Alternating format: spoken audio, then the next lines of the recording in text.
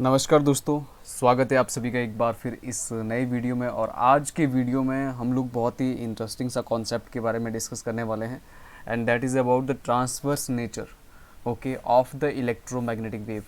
you know about the electromagnetic waves like visible light, ultraviolet rays. There are many kind of ultramagnetic sorry electromagnetic waves that you have studied, okay, like x rays, gamma rays, okay, and uv rays, infrared waves, or visible light. These all are electromagnetic wave. You already know this, okay, and these waves moves with the speed of light, 10 to 10 meter second inverse, okay, you know this thing. अब बात यहाँ पर ये आ रही है कि ये जो ट्रांसवर्स नेचर है इन इलेक्ट्रोमैग्नेटिक वेव्स का, ये क्या है एक्चुअल में, ओके।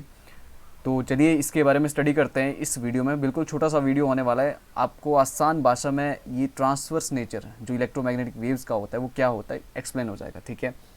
अब देखिए क्या होता है कि मैक्सवेल ने क्या किया, सबसे पहले ये स्टडी किया था इस नेचर को। और ये नेचर है क्या, ये नेचर ये बताता है कि जो आपकी एक वेव होती है उसमें आपकी चेंजिंग इलेक्ट्रिक फील्ड और चेंजिंग मैग्नेटिक फील्ड दोनों होती है। और ये कैसे पता लगाया गया मैक्सवेल के द्वारा, जब उसने एक एक्सपेरिमेंट स्टडी किया और उसमें इसने ये पाया कि अगर आप किसी भी एक इलेक्ट्रिक फील्ड को चेंज कर रहे हो, ठीक है, उसकी वजह से एक मैग्नेटिक फील्ड प्रोड्यूस होती है, चेंजिंग मैग्नेटिक फील्ड, ओके।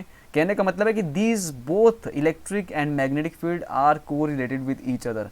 एक के चेंज की वजह से दूसरी फील्ड प्रोड्यूस हो रही है, ठीक है। सो ये बहुत ही इंटरेस्टिंग कॉन्सेप्ट है कि आप एक टाइप की फील्ड में, मान लीजिए इलेक्ट्रिक फील्ड में आप चेंज कर रहे हो और उसकी वजह से एक magnetic field, changing magnetic field produce हो रही है, ठीक है। और इसी के बेस पर ओके कि एक चेंजिंग मैग्नेटिक फील्ड एक चेंजिंग इलेक्ट्रिक फील्ड को प्रोडक्ट करती है या उसको प्रोड्यूस करती है, इसी के बेस पर ये नेचर लाया गया, ठीक है। इस नेचर का पता चला जो इलेक्ट्रोमैग्नेटिक वेव्स में होता है, ठीक है। और ये नेचर क्या है कि the variation of electric field and the magnetic field are mutually perpendicular to each other as well as to the direction of propagation of the wave. कहने का मतलब क्या हुआ कि एक इलेक्ट्रोमैग्नेटिक वेव है, okay, let's understand this concept completely कि what happened. एक मान लीजिए आपके पास इलेक्ट्रोमैग्नेटिक वेव है, मान लीजिए वेव आपकी इस डायरेक्शन में मूव कर रही है, ठीक है। उस वेव के पास क्या है, चेंजिंग इलेक्ट्रिक फील्ड भी है और चेंजिंग मैग्नेटिक फील्ड भी है। अब देखिए ट्रांसवर्स नेचर क्या बताता है कि वो changing electric and magnetic field की डायरेक्शन कैसी होगी और उनका नेचर कैसा होगा, ठीक है। तो चलिए ये डायग्राम के थ्रू समझते हैं, आपको ईजिली समझ आ जाएगा। तो ये कहता है कि ये परपेंडिकुलर है, ठीक है। चलिए हम मानते हैं अपनी ओर से एक पहले एक्सिस बना लेते हैं ताकि आपको अंडरस्टैंडिंग में इजी हो, okay. And this is let this is y axis, okay, and this is x axis and this is z axis, okay। सबसे पहले हमें एक चीज़ को फोकस करना है कि व्हाट, मान लीजिए आपकी जो इलेक्ट्रोमैग्नेटिक वेव है, electromagnetic wave moving in the direction of moving x axis, क्या हो रहा है, वो x एक्सिस डायरेक्शन में मूव कर रही है, x डायरेक्शन में मूव कर रहा है, ठीक है।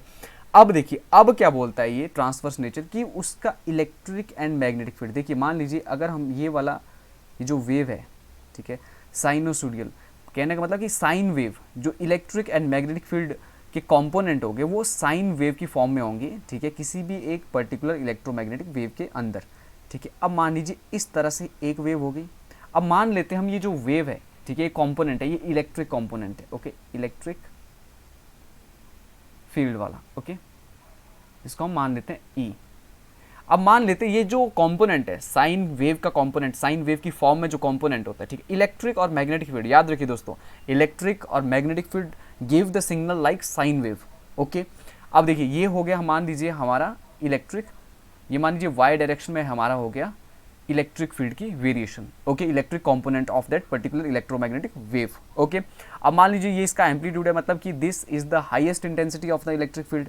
अब मान लीजिए इसको E0 मान लेते हैं हम। अब देखिए और ये मान लेते हैं हम, हमने पीछे अभी जो डेफिनेशन पढ़ी थी उसमें क्या बोला था कि इलेक्ट्रिक फील्ड और मैग्नेटिक फील्ड के कंपोनेंट क्या है, परपेंडिकुलर है एक दूसरे के, ओके। परपेंडिकुलर मतलब ये देखिए इस तरह से वाई एक्सिस जेड एक्सिस के परपेंडिकुलर है। तो कहने का मतलब क्या हुआ कि जो आपका मैग्नेटिक फील्ड का कंपोनेंट होगा वो किस डायरेक्शन में होगा, इस तरह से, जेड एक्सिस में, ओके, इस तरह से।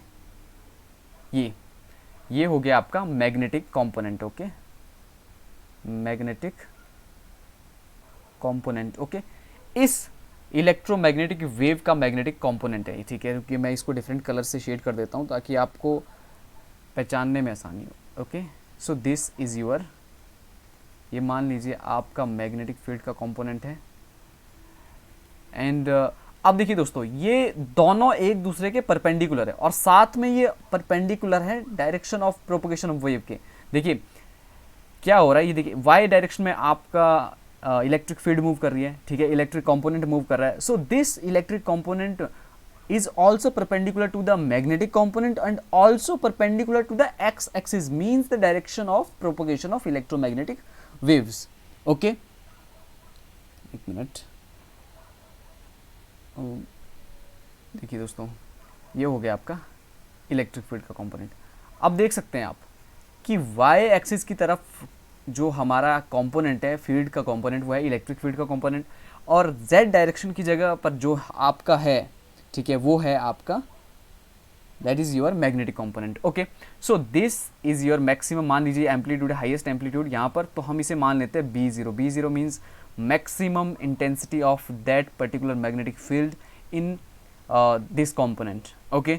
अब देखिए, अब हम इसके लिए एक इक्वेशन लिखे, तो जैसा कि मैंने आपको बताया, these are the equation of sine wave, sine की फॉर्म है, ट्रिग्नोमेट्रिक फंक्शन जो साइन होता है, ये इलेक्ट्रिक एंड मैग्नेटिक कंपोनेंट उसी की फॉर्म में बताए जाते हैं और उसकी वेव इस डायरेक्शन में होती है, सॉरी इस फॉर्म में होती है, ठीक है। अब देखिए ई वाई किसके बराबर हो जाएगा आपका, E0। E0 मीन्स मैक्सिमम जो आपकी इलेक्ट्रिक फील्ड है, ओके, जो मूव कर रही है, इलेक्ट्रिक फील्ड का कंपोनेंट जो मूव कर रहा है, ठीक है। उसके बाद साइन के X minus omega T, okay. What is के, के is propagation vector, propagation vector, okay, propagation vector. और के की वैल्यू आप सभी को पता है कितना, 2 pi over lambda. Lambda is the wavelength of this electromagnetic wave, okay. अब हम देखिए वाई इसीलिए because electric component is along the Y axis, okay. अब बात करेंगे मैग्नेटिक फील्ड की, magnetic field B Z, because this is along the Z axis, okay. So this will be B0 sine and K X minus omega T. देखिए दोस्तों, overall conclusion ये है कि किसी भी एक पर्टिकुलर इलेक्ट्रोमैग्नेटिक वेव में इलेक्ट्रिक फील्ड और मैग्नेटिक फील्ड दोनों होते हैं और वो इस तरह से मूव करते हैं कि वो एक दूसरे के परपेंडिकुलर होते हैं। देखिए एक वाई एक्सिस में तो दूसरा जेड एक्सिस में होगा, और साथ में वो दोनों जो प्रोपोगेट कर रहे हैं तो उनकी डायरेक्शन है परपेंडिकुलर। किसके परपेंडिकुलर है, एक्स एक्सिस के, ठीक है। एक्स एक्सिस देखिए, मान लीजिए वाई डायरेक्शन में आपका, जैसे मैं बताता इलेक्ट्रिक फील्ड है, और प्रोपोगेट जो आपकी इलेक्ट्रोमैग्नेटिक वेव वो किस डायरेक्शन में कर रही है, एक्स डायरेक्शन में। तो कहने का मतलब क्या, these both are perpendicular. So this nature, electric और मैग्नेटिक फील्ड और direction of propagation of electromagnetic wave के बीच का जो रिलेशन होता है, ठीक है, उसे बोलते हैं हम transverse nature of a electromagnetic wave. और नेक्स्ट वीडियो में हम ये जानेंगे कि इसे प्रूव कैसे करेंगे, कि इस बात का क्या प्रूफ है कि सच में इलेक्ट्रिक और मैग्नेटिक फील्ड कंपोनेंट परपेंडिकुलर होते हैं एक दूसरे के। ये हम प्रूफ करेंगे नेक्स्ट वीडियो में। आई होप आपको ये वीडियो अच्छी लगी हो, तो प्लीज़ वीडियो को लाइक करें, शेयर करें, कमेंट करें, and thank you so much.